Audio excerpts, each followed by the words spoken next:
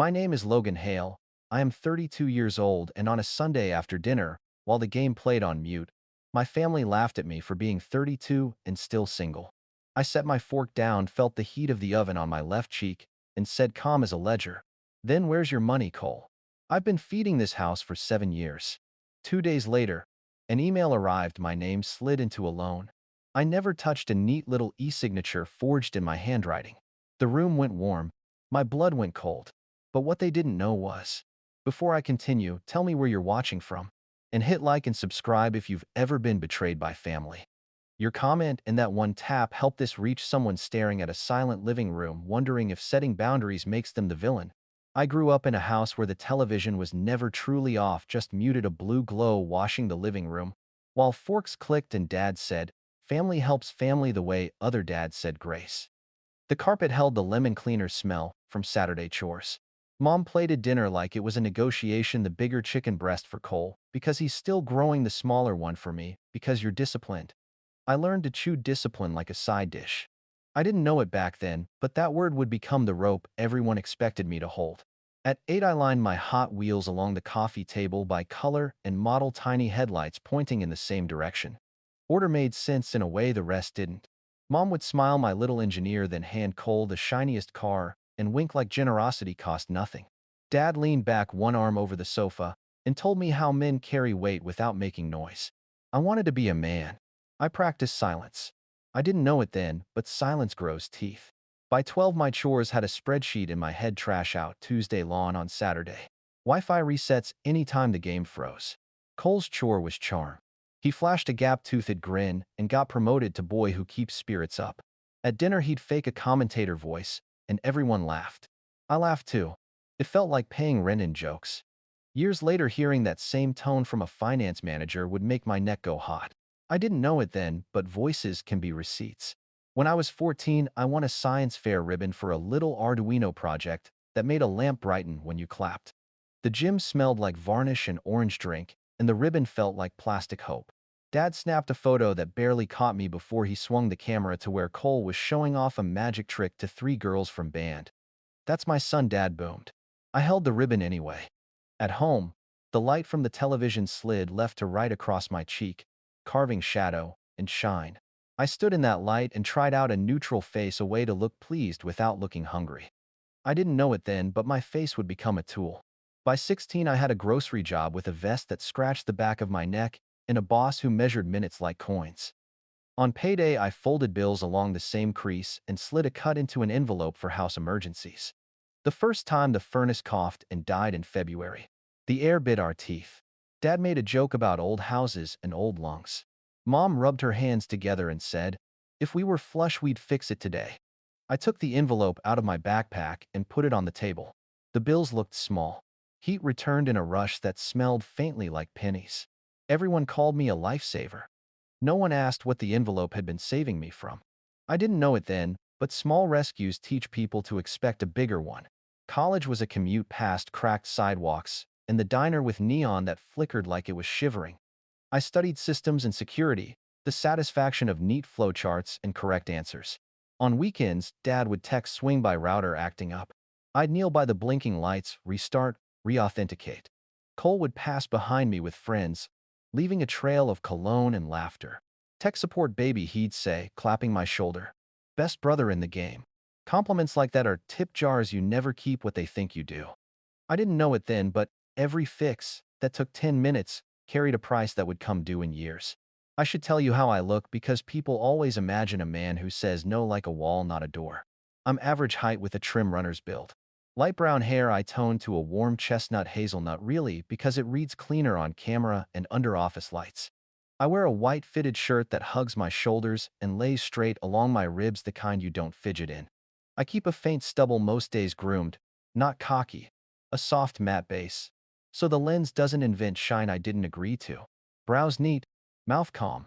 Outside, I'll stand where the sun crosses me left to right, so one side of my face holds a gentle shadow and the other looks like a decision. When I frame a shot, I set the phone to catch me from the knees up, full half body, both hands visible, no elbows cut off, because anything cropped feels like a lie. Background: clean sky or pale wall. Real color, real texture, no filters pretending to be the truth. I didn't know it then, but being seen clearly would become part of the fight. My first lease came with a co-signer line that waited like a dare. I signed a loan proud, and the agent blinked as if I'd performed a trick. 2 years later, Cole claimed his roommate turned feral mid-semester, and he just needed my signature for a quarter 6 months max. Max is a word that grows legs. When the roommate went dark and the landlord's calls learned my number, I set my alarm 20 minutes earlier for a new ritual printing proof. I saved the notices, annotated dates stapled in order. Systems make sense when people don't. I didn't know it then, but binders are armor you can open. Holidays sharpen differences the way cold sharpens air. Christmas smelled like cinnamon and hot plastic from the tree lights. Cole unboxed a smartwatch with a face like a spaceship. I unwrapped wool gloves and a promise from Dad to cover your oil change next time that never learned my car's schedule. At Thanksgiving, I ran the kitchen like a data center turkey, a server that needed maintenance, Windows sides like time jobs cascading on cue. We ate on time because I'm good. After, when the dishwasher choked on a spoon, I watched the little green light blink, an error code, and felt an affection I shouldn't have had for anything that honest. I didn't know it then, but machines would treat me more fairly than some people. In the slow years right after college, the Hale family motto got louder. Family helps family. Mom stitched it into every request like a hymn that wouldn't stop unraveling. When the mortgage came up short, she'd call with a voice that made air sound heavy. Just until your father's contract clears. When Cole's car needed brakes, Dad would say, "He's a kid, Logan. Remember when you were a kid?" I remembered. I paid anyway. The amounts were small enough to be reasonable and large enough to matter. 20 here, 150 there, 200 for a fee. I didn't understand, but agreed to because the room would be warmer if I did. I didn't know it then, but warmth can be an addiction that empties you slowly. Work trained me to think in logs. Every action leaves a line. So during a dull Tuesday, I started a personal audit, a spreadsheet titled Hail Support, with columns for date, amount, purpose, promise, outcome. By the end of that first night, the total at the bottom surprised me. By the end of the third month, it scared me. It wasn't a single prize. It was gravel poured steadily into a pocket until the fabric gave way. I didn't know it then, but the day a number scares you is the day your life starts to change. Cole flamed out of a side business that existed mostly as merch and captions. He posted photos of stacks of tees with captions about hustle. The shirts stayed stacked. When the storage unit came due, my phone lit up. "Just bridge me," he said. "I'll flip this next drop." Dad chimed in with a man-to-man call about believing in family. Mom added a text with 6 hearts and 1 praying hands. I drove to the unit, paid the balance, and left with a receipt that felt like a verdict. I didn't know it then, but I had already built the first third of the binder that would end Thanksgiving. There's a diner off Route 8 with a neon coffee cup that sputters and a waitress who calls everyone babe like she's saving you from a worse name. Dad likes to hold court there. One late summer evening, he slid into a booth and tried to sell me on a philosophy: sacrifice now for peace later. He meant my sacrifice for their peace. "You're good at this," he said, tipping his chin at the stack of bills I'd brought. "To negotiate a sell plan. Mess? You think clearly under pressure." I stirred my coffee, watched the cream ribbon and vanish. "Pressure is for tires," I said. "People need oxygen." He laughed like I'd told a joke. I didn't know it then, but jokes are where truth hides when it's not safe to stand up straight. When I bought my analog watch, it wasn't nostalgia. It was a timer that didn't ping. The tick is quiet, but present, a metronome for sentences that need to land. At night in my apartment, I'd iron a white shirt, set the watch on the counter, and listen to the seconds stitch themselves into something solid. In the mirror, the left to right kitchen light carved my face into halves, one side warm, one side cool. I practiced answers that weren't apologies. I practiced the stillness of my shoulders, the way my hands would rest flat on a table, fingers aligned with the binder's spine. I didn't know it then, but bodies tell the truth, paperwork proves. The week before everything broke, I sat with my laptop and audited 7 years of just this once. Transfers to Mom, check. Venmo to Cole, check. A dozen "I'll pay you Friday" that landed in a field labeled status, no. The sum crept toward a number I didn't think fit inside one person. I took a breath and clicked AutoSum. 86,000. The screen felt colder. My studio felt smaller. I looked at the white shirt draped on the chair and thought, "You are not a napkin." I closed the laptop and stood by the window. Outside, streetlights cut the dark into slices. A bus hissed. Somewhere in the building, a baby laughed then cried. I pressed my palm against the cold glass and saw my reflection overlaid on the city half-lit half-shadow. Use your name for you, I told the glass, and it looked like it agreed. I didn't know it then, but the next time someone joked about my life, I would not pay the punchline. I didn't tell anyone the number. I carried it around like a hot coin. 86,000. It whispered under ordinary sounds, the kettle clicking off the elevator cable, humming the radiator, sighing thin heat. I went to work and wrote clean tickets, triaged outages, and kept a calm voice on bridge calls while the figure sat in my pocket and warmed my thigh. When lunch came, I walked a loop around the block past a loading dock that smelled like diesel and hot cardboard, and thought about what counts as love when love keeps arriving with an invoice. I didn't know it then, but naming the number had already changed the story. All that was left was to admit it out loud. The first person I said anything real to was not family. It was a banker. The branch lobby smelled like toner and wet coats, and somebody had spilled cinnamon on the coffee station, so the air felt like a cookie. A brass plate on the counter read Jordan Patel in lowercase with a polite period. Jordan shook my hand the way people do when they aren't selling you anything. What brings you in, he asked. Prevention, I said. And paper. We sat at his desk under a fluorescent panel that hummed like a fluorescent panel. I slid over my ID, my credit reports, and a summary I'd printed, because screens are too easy to scroll past. He read faster than most people. Listen. We can place a credit freeze, he said, tapping keys. And a fraud alert. We can also add a note, no authorizations by phone, no. He's right here, scripts. In person only with government ID. Keys clicked. A small printer started up and told the room it was important. He handed me 2 forms to initial to sign and a copy of each. You're not the first person to try to save his future from his family, he said, voice neutral as an accountant. But you might be the first to arrive before the fire. I didn't know it then, but Jordan would become the line that held when the tug of war started. That same week, my manager, Tara Nguyen, called me into a meeting room that smelled like dry erase and aftershave. You've been carrying a lot quietly, she said, sliding a folder across the table. Inside a compensation adjustment I'd earned 6 months ago, and she'd fought to make retroactive, plus an email about a relocation track the company wanted to restart. No pressure, she said. But you deserve options that don't have your brother's name on them. The room's glass wall reflected us back, me in my white fitted shirt, sleeves clean at the wrist, jaw shaved smooth, because smooth reads calm, Tara with her hair coiled at the nape and the exact patience I wished church had taught me. Thank you, I said, and felt something unclench lower than breath. I didn't know it then, but the promise of a door changes how you stand in a room. At Mom's house, that Sunday football murmured on mute, and the living room lamps cast that same amber our house had learned decades ago. Cole sprawled on the couch with a bowl of chips balanced on his stomach, a small triumph of gravity. How's bachelor life, Logan? He asked, chewing like it was a performance. Still married to spreadsheets, I smiled. They listen when I talk. He held up his phone to show me a mock-up of a logo for a business that didn't exist yet. All I need is a little seed cash, he said. And a guarantor. Easy. Dad smirked like I'd run right into a joke they'd set up hours ago. Mom touched my arm and said, you know your brother isn't good with forms. I looked at the television. A slow-motion tackle rolled a player into the turf, and he sprang up as if pain had been edited out. I am not a form, I said. I didn't know it then, but any sentence that starts with I am not should end with a door closing. There were quieter rescues, too. The time Mom's car made a noise like a fork in a garbage disposal, and the mechanic used the phrase catastrophic failure while wiping his hands. I paid the bill, and the smell of rubber and metal filed itself in my head, next to a number I didn't tell anyone.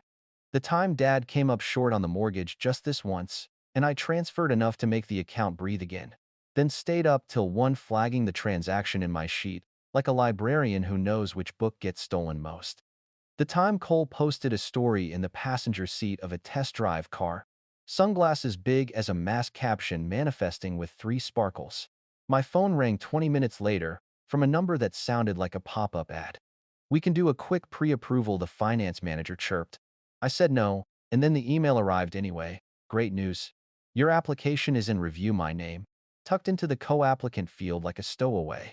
I screenshotted it, timestamp and all, and felt something steady inside me that wasn't anger, wasn't fear, just alignment. I didn't know it then, but alignment would be the only temperature that kept me from boiling. The second lean revealed itself like mold behind wallpaper, quiet, inevitable, old. Aaron Soto, a forensic-minded accountant with a pencil that made precise little noises, sat at my kitchen table one evening while the radiator clicked and the light moved across the counter like a tide. She had printed pages from the property records office. Mr. Lansing had stamped them with a red seal that looked like an old cigar burn. This, she said, tapping a paragraph, is a second lien placed 18 months ago. Adjustable rate, tied to shop expansion. Cole's failed side business smiled from the line between euphemism and fraud. It's about to reset, she added, circling a date that made my skin cool. When it does, the payment leaps. I stared at the page until the letters stopped looking like letters and started looking like a set of choices somebody made when they were very sure I would be soft. I didn't know it then, but interest rates tell their own morality tale. The night I found the scan of my old ID in a folder on Mom's shared computer, I sat in the dark for a long time listening to the refrigerator cycle on and off. The file had my face with hair darker and eyes still learning their edges. A second file sat beside it named Logan E. Sig, PNG. When I clicked, my heart lurched the way the body does when a step is shorter than you thought. It was a transparent image of my signature clipped neat. I closed the folder, reopened it to make sure I wasn't hallucinating, and then took photos of the screen with my phone like a tourist at a crime scene. My hands were steady. My breath wasn't. I didn't know it then, but steadiness is a muscle that grows where you repeat it. I met Ava Chin in an office that believed in glass and straight lines. She greeted me with a palm that met mine entirely and eyes that did not flinch. I placed my binder on the table tabs, green for transfers, yellow for leases, red for anything that bent the law's patience. She flipped, skimmed, asked exactly 3 questions. "You've already done most of my job," she said, and the compliment landed, like a permission slip. "We send a demand letter. 30 days. They remove your name from anything it's on. They make right the misapplied funds. If the e-signature appears again, we escalate to criminal." Meanwhile, she slid a template across affidavit of non-authorization. Credit freeze stays. All communication in writing. I signed my name the old way with a pen that left a small groove. I didn't know it then, but it's a special kind of comfort when a stranger puts the right nouns in the right order for you. On my way home, the sky turned the color of steel wool. I stopped at the property records office again because sometimes you need to touch the room where bad ideas go to register themselves. Mr. Lansing worked behind a counter with a bell that didn't need ringing. He slid manila folders under the glass like a dealer who only sells facts. "Public record," he said. "Ugly is still public." The fluorescent light made paper look pale as bread dough. A woman in line wore a perfume that reminded me of Thanksgiving tablecloths stored in cedar.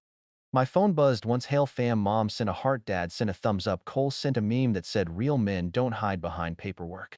I typed and deleted, then typed again. Real men read what they signed. I didn't send it. I took another copy of the lien instead. I didn't know it then, but restraint is also a receipt. Back in my apartment, I stood in front of the mirror and checked the same details I always check before walking into a room where people want to move me. Hair toned, warm, no flyaways. White fitted shirt clean, placket straight. Collar points crisp, not aggressive. Jawline neat. Matte on the forehead where cameras exaggerate shine. Watch face centered on the wrist bone, shoulders level. I pulled the curtain a few inches to let the light stripe across from left to right, casting the right side of my face in a soft gradient and leaving the left bright enough to read. I set the phone on a shelf to frame from my knees up, both hands in view, and spoke once into the empty room, testing the sentence I needed to believe before I asked anyone else to. "My name is Logan Hale," I said. "My name is not an ATM. There were small scenes I keep like index cards. Mom calling to ask if I could swing by because the printer wouldn't connect, and while I'm on the floor holding a USB cord in my teeth, she says, 'You know it breaks your father's heart that you're so cold.'" The cord slipped and tapped my chin. "Cold is the temperature of facts," I said. "Love can handle room temperature." A Tuesday evening at the diner where Dad ordered pie he didn't finish and gave me a napkin speech about legacy, about sons who step up. "You're the steady one," he said, and the compliment came dressed like a trap. A Saturday morning when Cole asked to borrow my spare key so he could grab something, and then 3 days later appeared in my apartment with a folder he laid on my table like a trophy. Inside, printouts of a HELOC in progress, my name typed clean where a line waited for ink, a little PNG of my signature pasted like it belonged. "We can align later," he said as if we were colleagues arguing over a slide deck. My throat felt like I had swallowed a rock with a corner. I opened the window an inch to let cold air insist I was still here. I didn't know it then, but that was the last time my door was unlocked for him. On the last night before Thanksgiving week, I put everything in order the way I always do before a deployment. Binder tabs aligned. Affidavit copies stacked. Jordan's card in the front sleeve. Ava's letter on heavyweight paper that made a nice sound when you flicked the edge. Photos of the folder on Mom's computer. Screenshots of the dealership email timestamp included. Aaron's report with the $86,000 number printed so big it couldn't pretend to be an accident. I brewed coffee strong enough to hold a spoon upright and stood by the window watching a light turn the street from black to gray. Somewhere in the building a neighbor sang off-key while showering, and it made me want a future where I knew my neighbors for ordinary reasons. I touched the top of the binder and felt the plastic warm under my palm. Use it, I said to the quiet. Use your name for you. I didn't know it then, but the email that would try to slither my name into a new loan was already scheduled by someone who assumed I'd still be the soft shape they could pour into any mold. I didn't know it then, but a neighbor named Mrs. Wickham would later take a picture of a for sale sign I hadn't predicted and text it to me, with a note that said simply be kind to yourself. What I did know finally was this: my life would not be measured in how warmly I kept other rooms. It would be measured in what I refused to set on fire to keep them that way. Thanksgiving week started loud. Hail Fam lit up at 7:12 a.m. with Mom's photo of the polished dining table runner iron silver, catching the window light captioned, "Keep it sweet this year, please." Dad followed with "Family helps family." Cole added a boomerang from a dealership parking lot, sunglasses on fingers flashing a peace sign. Caption manifesting. The phone buzzed on the counter like a trapped wasp. I let it. At 8:03 a.m. an unknown number rang. I knew the cadence before I picked up sales. Smile poured through a headset. "Hi Logan, this is Kayla with Ridgeview Motors. We can do a quick verbal just to log your awareness as co." "No," I said. "No verbal. No awareness. No co-anything. A beat. Are you with your parents? We can loop them and record it for underwriting. In person. With ID. Or never," I said and hung up. My jaw ached for a second the way muscles do when you stop clenching without noticing you started. I poured coffee that tasted like a penny at the bottom of a mug and opened my laptop. An email waited. "Great news, your application is in review." My name sat in the co-applicant field like a stranger wearing my jacket. Under it a red banner I hadn't seen before flickered to life: "Secondary applicant identity verification failed." I took a screenshot, then another with the clock in the corner. Documentation beats drama. It always will. Hail Fam pinged again. "Mom, your brother is sensitive. Don't make him feel small. Dad, handle this like men face to face." "Cole, you're 32 and scared of a signature, that's wild." I typed slow. "Heads up, my credit is frozen and a fraud alert is on file. Any attempt to add my name triggers a call to me and a record at the bank. Everything in writing from now on." I hit send and felt the room change temperature by 2 degrees. Mom replied with a single tear emoji. Dad wrote, "We'll talk tonight." Cole wrote, "Adopted behavior, to be honest." I stared at the words until they went blurry. Then I took a screenshot and put the phone face down. I didn't answer. Some sentences are invitations to drown. By 9:30 I was at the bank anyway because peace arrives with paper. The lobby smelled like toner and wet wool. Jordan waved me over. "They tried again," he said, without hello, tapping a screen. "Freeze held. Alert logged." I added a courtesy call note. "Any new attempt triggers a branch outreach to you, not a family member." A small printer chattered out copies like a bird. "Initial here," he said. I signed my actual name with an actual pen and watched the wedding shine for a second before it dried. "You're doing this right," Jordan said softly. "Systems respect friction." I slid the papers into my binder and felt my pulse drop into a quieter gear. On the walk back to my car, the wind knifed through my shirt and made me aware of my shoulders in that way cold does. A text from Tara blinked on my lock screen. "Proud of you for guarding your capacity. Ping me if you need coverage today." I typed thanks and meant it more than she could know. Work wasn't an escape. It was the one room where cause and effect still shook hands. Back home, I opened every account I'd ever let someone ride along on. Netflix sign out of all devices. Paramount new password. Utilities remove authorized users. Cell plan new PIN. Take back the hotspots. Kill data sharing. Each click felt like closing a window before the storm figured out which side of the house it wanted. At the end, I sent one calm text to Hail Fam, I've removed my name and access from any services I pay for. If you need help setting up your own, I'll send instructions. No discussion. I hit send and immediately muted the thread. The silence was like a clean shirt, plain breathable mine. The dealership called again at noon. I didn't pick up. A voicemail landed with syrup. Hey Logan, just circling back, underwriters really just need a quick I'm aware to move this forward. If you're with your mom and dad, we can patch you in. This isn't binding. I saved it, forwarded it to my folder, and labeled it with the date. Then I emailed the dealership's generic address, one line, no heat, remove my name from any present or pending applications. Any recorded awareness is invalid. My credit file is frozen. Do not contact my relatives about my authorization. I CC'd myself and Jordan. The paper trail took a breath and stood a little taller. At 1:22 p.m., Dad called. I let it ring twice. Swing by the house, he said. Man to man. We can talk here, I said. On text. In email. He blew air through his nose the way men on television do when they're about to teach someone a lesson. You can't spreadsheet your way out of blood, he said. I won't spreadsheet my way into debt, I said. He tried gentler. Your mother's exhausted. Don't ruin her holiday. I'm not ruining anything, I said. I'm stopping the leak. He hung up without goodbye, the way people do when they think a door has an obligation to stay open. I ate standing up, toast, peanut butter, a banana that wasn't sweet enough, and stared at the binder like it might offer a script. The tabs were a small rainbow green for money I'd given, yellow for promises that never learned to mature, red for the law's patience, blue for what belonged solely to me. I slid Jordan's fresh printouts into red and felt relief, the way you feel a seatbelt lock at the exact right second. Not joy.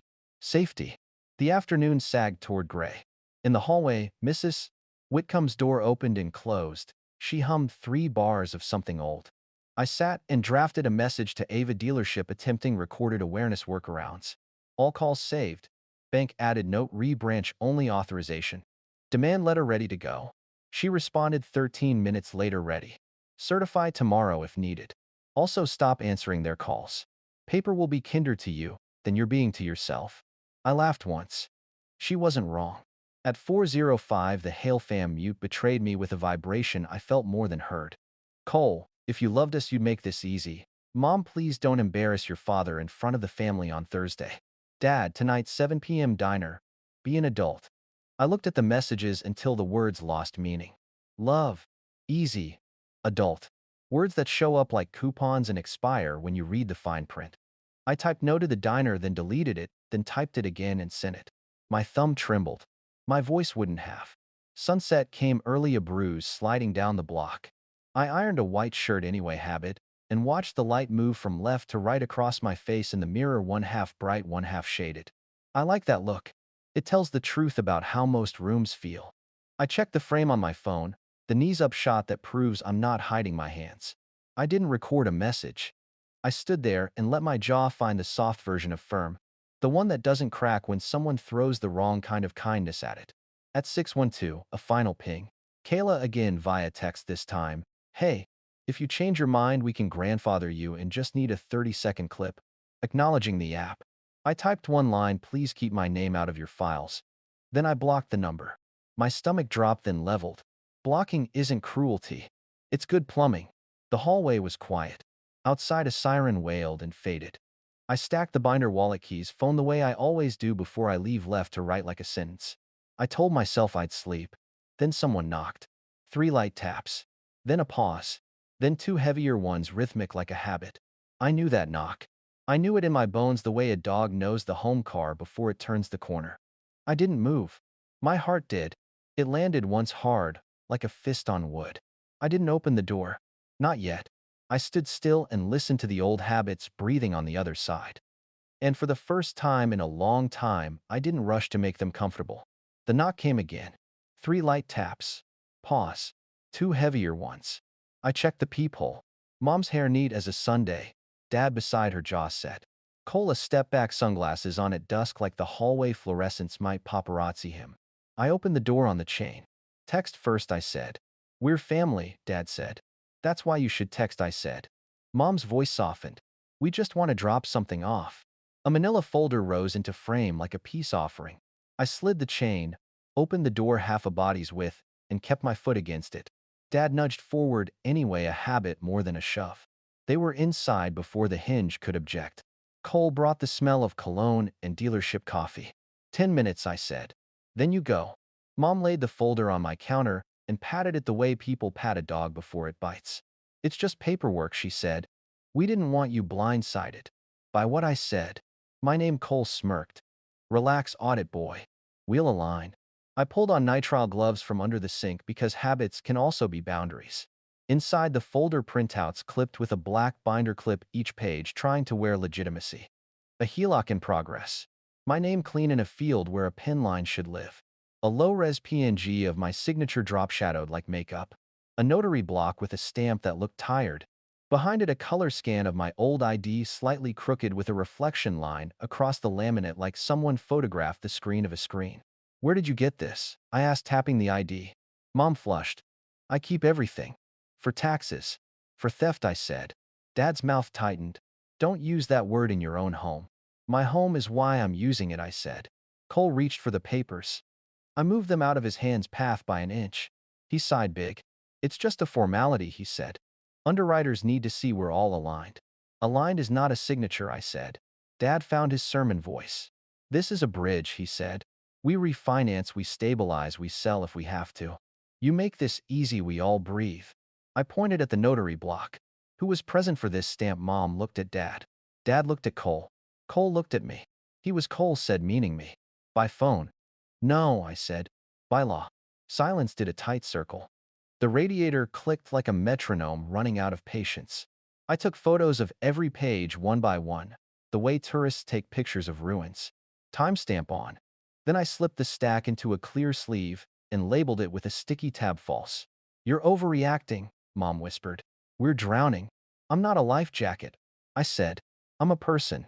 Dad tried the old path. You're 32, he said. Act like a man. I am, I said. I'm saying no without shouting. Cole leaned on the counter and smiled like we were boys again, and he had just hidden my keys. You know what's crazy? You think this makes you strong. He thumbed the edge of my binder. It just makes you lonely. Strong is returning the things with my name on them, I said. Lonely is realizing you only liked me when I was useful. He rolled his eyes. God, you love sentences. I love boundaries, I said. Dad's voice dropped an octave. You will not embarrass us on Thursday. Then don't ask me to, I said. Mom's eyes glossed. Please, she said, and the word carried 20 years of table setting and sighing. You have 7 minutes left, I said. Dad exhaled a hard theatrical sound. We'll see you at the diner. 7. Be a man. I'll see you Thursday, I said. You'll see the binder. They left in a knot of offended air. The door clicked. I set my back against it and let the wood tell me it was solid. Through the thin wall, Mrs. Whitcomb coughed twice, the gentle hack of someone who has listened to more than she meant to. I took off the gloves, dropped them in the trash, washed my hands until the water went from hot to skin. I called Ava on speaker and sent photos while the faucet hissed. She didn't raise her voice. Good, she said. Chain of custody. Send me the originals if they left them. They did, I said, looking at the sleeve labeled false. Then tonight you email the dealership to withdraw any applications listing you. CC Jordan. Tomorrow morning we certify the demand letter and the affidavit of non-authorization. And Logan, no more open doors. Copy, I said. I texted Jordan the photos and a single line false e-sign attempt, visible notary defect, ID scan from family computer. He called within 9 minutes. Freeze is holding, he said. We're placing a branch note that any attempt to add you triggers a red flag callback to you only. Also save that notary stamp. We'll give fraud a holiday present. His chuckle was gentle, not cruel. You okay? I'm steady, I said, and surprised myself by not lying. At 8:04, Erin arrived with a tote bag of paper. She has a way of entering a room like a graph getting clearer. She spread out property records, bank statements, her own printouts. Total support over 7 years, she said, tapping a column. 86,000 and change. Plus the HELOC prep. Plus the second lien I flagged earlier. She circled a date. ARM resets in 3 weeks. Payment jumps. If they don't refinance or sell, they hit a wall. What happens if they refinance? I asked. They run into your freeze, she said. Assuming they keep trying to drag you across. We made a heat map green for you. Tried to be good yellow for you. We're too good for too long red. for they broke the law's patience. The red squares looked like a constellation spelling a word I'd been avoiding. I didn't say it. I didn't need to. Erin saw it anyway. I'm proud of you, she said. Most people come to me after the explosion. Am I boring? I asked, half laughing. She smiled. You're careful. Careful is expensive at first and cheaper later. When she left, the apartment felt like a server room after you've silenced the alarms. Present panic gone. I printed Ava's demand letter on heavyweight paper because weight matters when it lands. 30 days. Remove my name. Undo what you can. Stop what you can't. All further contact in writing. I slid it into the front of the binder behind a transparent cover page like a captain behind glass. Hail Fam vibrated on mute. I opened it because sometimes you look at the stove even after you've turned the gas off. Mom's last message read, please, don't make a scene in front of Aunt Nora. Dads will settle this quietly. Cole's man, imagine needing a lawyer to talk to your mom. I typed one private text to Mom. I will be calm. I will be kind. I will be clear. Then I set the phone down and let it breathe by itself. I ironed the white shirt again, even though it didn't need it, because steady hands need work. In the mirror, the light traced me from left to right, soft shadow on one side, simple brightness on the other. Honey chestnut hair in place. Stubble neat. Collar points crisp. Watch ticking quietly on my wrist bone. I practiced a single sentence until it fit my mouth without air in it. My name is not your paperwork. I slept in pieces like a song with missing bars. In the morning, I woke before the alarm and made coffee that didn't taste like pennies for once. I packed the binder flat, no bulges. Jordan's card front sleeve. Ava's letter second. Erin's total bold at the end like a bell. I slid a pin next to it that leaves a groove. I placed my spare house key on the counter and practiced setting it down without shaking. It made a tiny sound that felt like punctuation. Outside, the air had that thin holiday bite cold that makes your molars notice each other.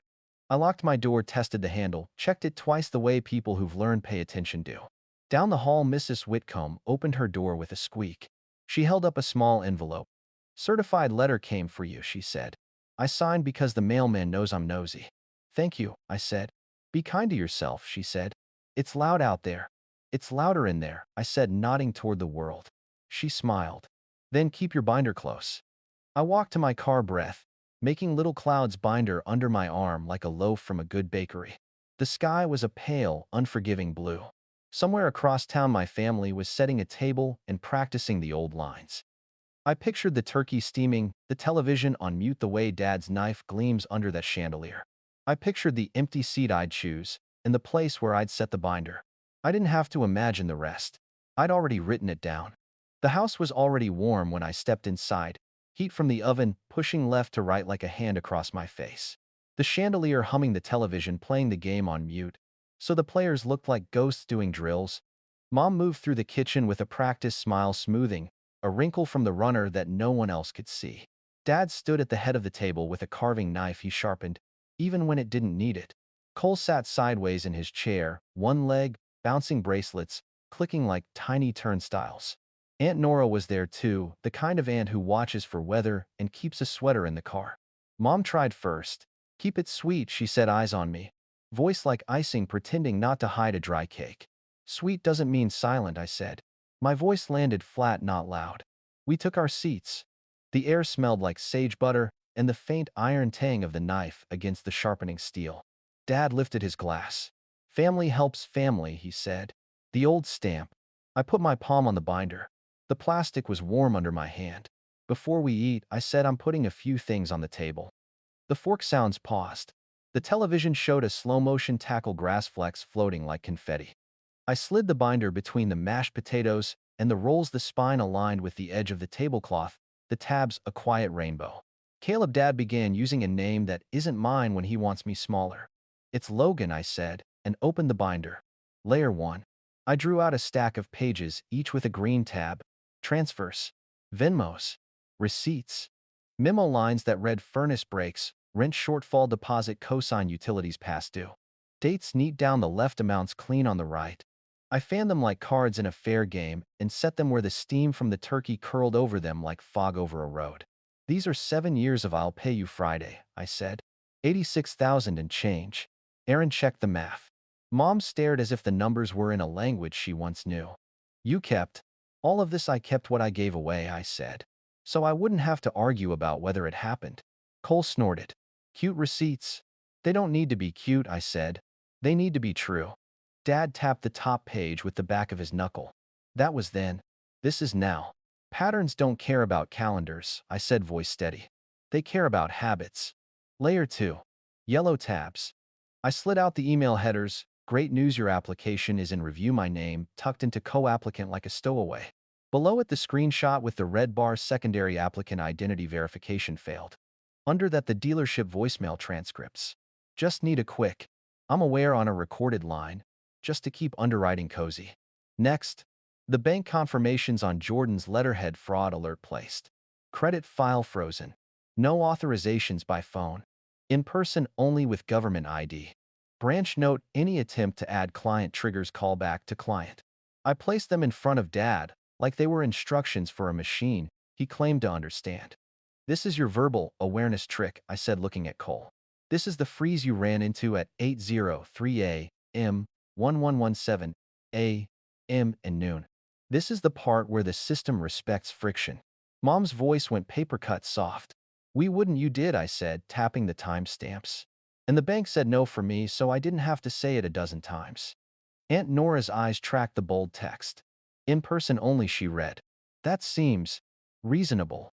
Cole rolled his shoulders. You act like you're a lawyer. I act like an adult, I said. Dad set the knife down. The blade rang against the board, a thin bell. If the car goes bad, we've got you, he said. It won't. But if. I won't be the if, I said. Layer 3. Red tabs.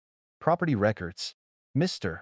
Lansing's stamp pressed red and honest into the page. You could feel the impression with your thumb. This, I said, sliding the sheet toward Dad, is the second lien you signed 18 months ago for shop expansion. Adjustable rate. It resets in 3 weeks. When it does, the payment jumps. Dad didn't reach for it. He stared at the seal like it might apologize. We did what we had to.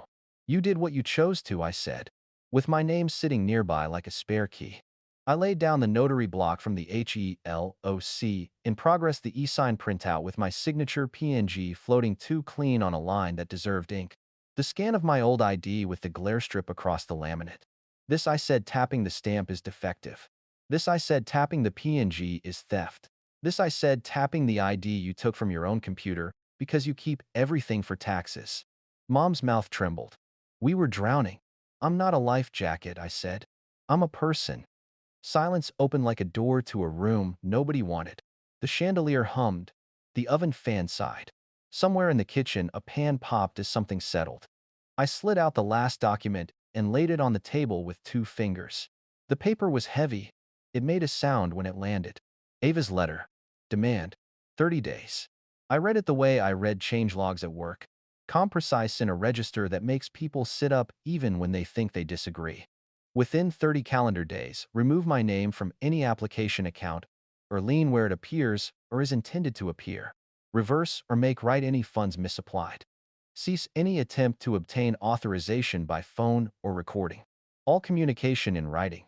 Failure to comply will result in a criminal complaint regarding forgery and identity theft and a civil action for damages. Dad's eyebrows climbed a millimeter, enough to count. You brought a lawyer to Thanksgiving. I brought paper, I said. Because paper tells the same story tomorrow. Cole blew out a laugh. You're unbelievable. I'm documented, I said. Mom put her hand on the tablecloth as if feeling for a pulse. You can't do this to your family. I'm not doing anything to you, I said. I'm stopping you from doing things to me. Dad leaned in, elbows, heavy hands clasped like a referee about to flip a coin. Apologize for your tone, he said, voice even dangerous. Promise to help. We eat. Tone is free, I said. My name isn't. Cole's phone buzzed. He tilted it toward me, a message from the finance manager. Any chance we can grab a quick, I'm aware from your brother underwriters, are standing by. He waggled his eyebrows like the world was on his side. I picked up my water, drank, until the 3 dots disappeared, and set the glass down. We're done using quick as a weapon, I said. Aunt Nora cleared her throat. Maybe we let Logan finish without adjectives. Dad cut her a look sharp enough to shave. No one's stopping him. Free to speak isn't free to be heard, she said. Her voice didn't rise. It landed. I turned the letters on the table so everyone could read them without craning. I didn't raise my voice. I didn't fill up space. I let the pages do what they were made to do. I'm not your cosigner, I said. I'm not your guarantor. My signature is not a family fundraiser. If a document has my name and not my wet signature, it doesn't have me.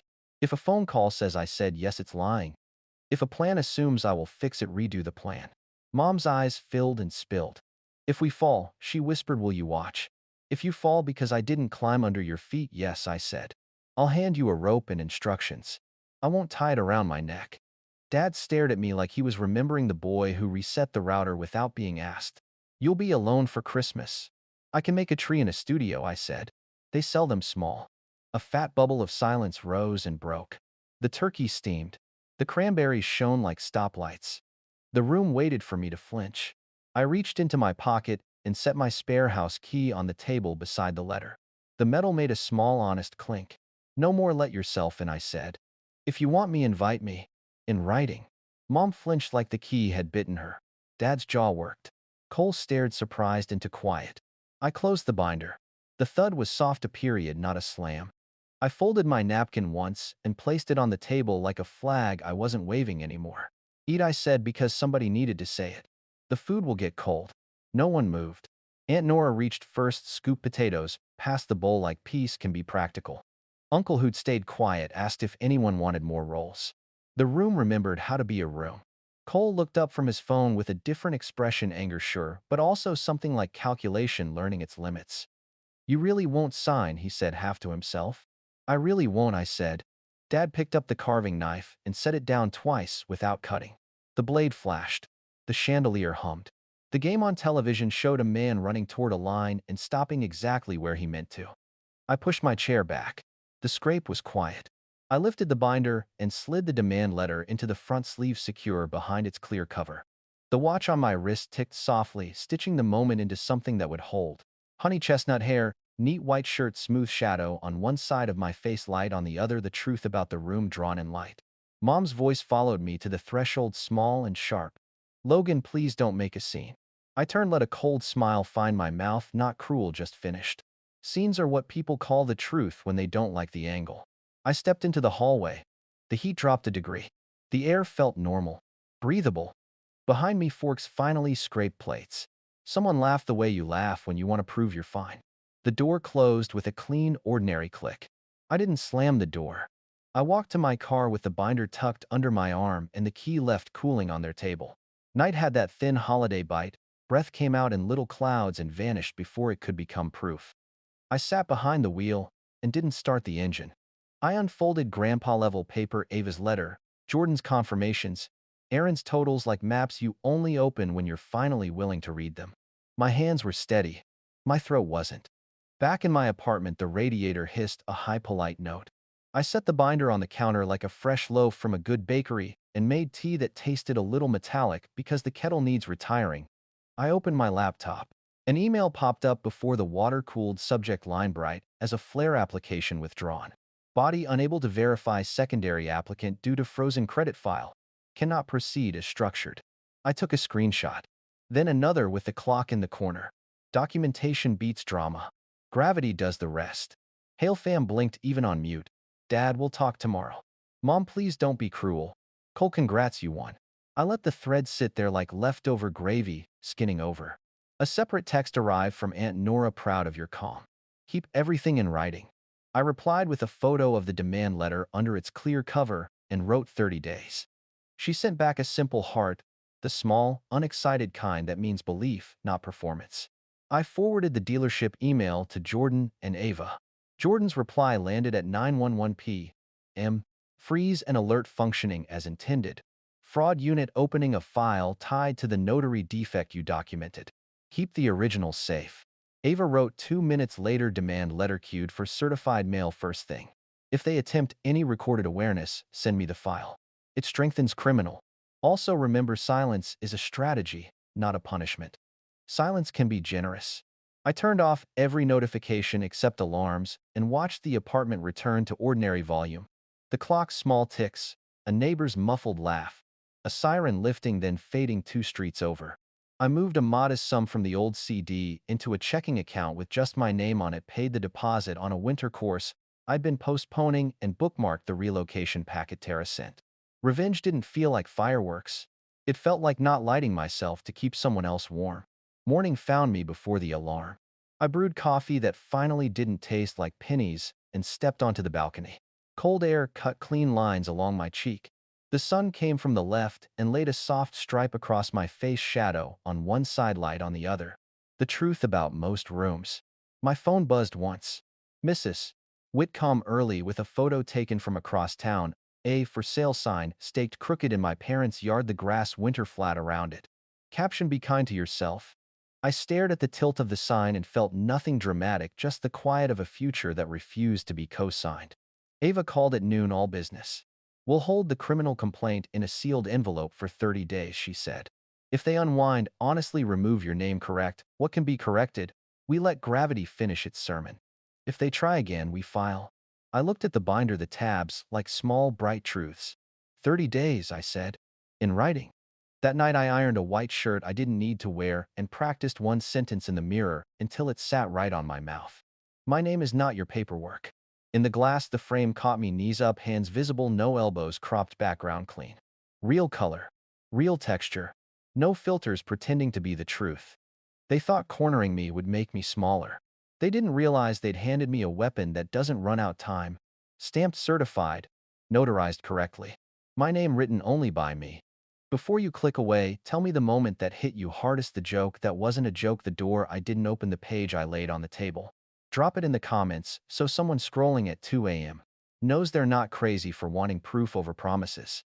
Tap like to push this story to the next person who needs the courage to say no. Share it with the friend who keeps the receipts. And subscribe for more first-person family dramas where boundaries aren't betrayals, they're survival. If you've ever felt like the outsider in your own family, subscribe. This story isn't over.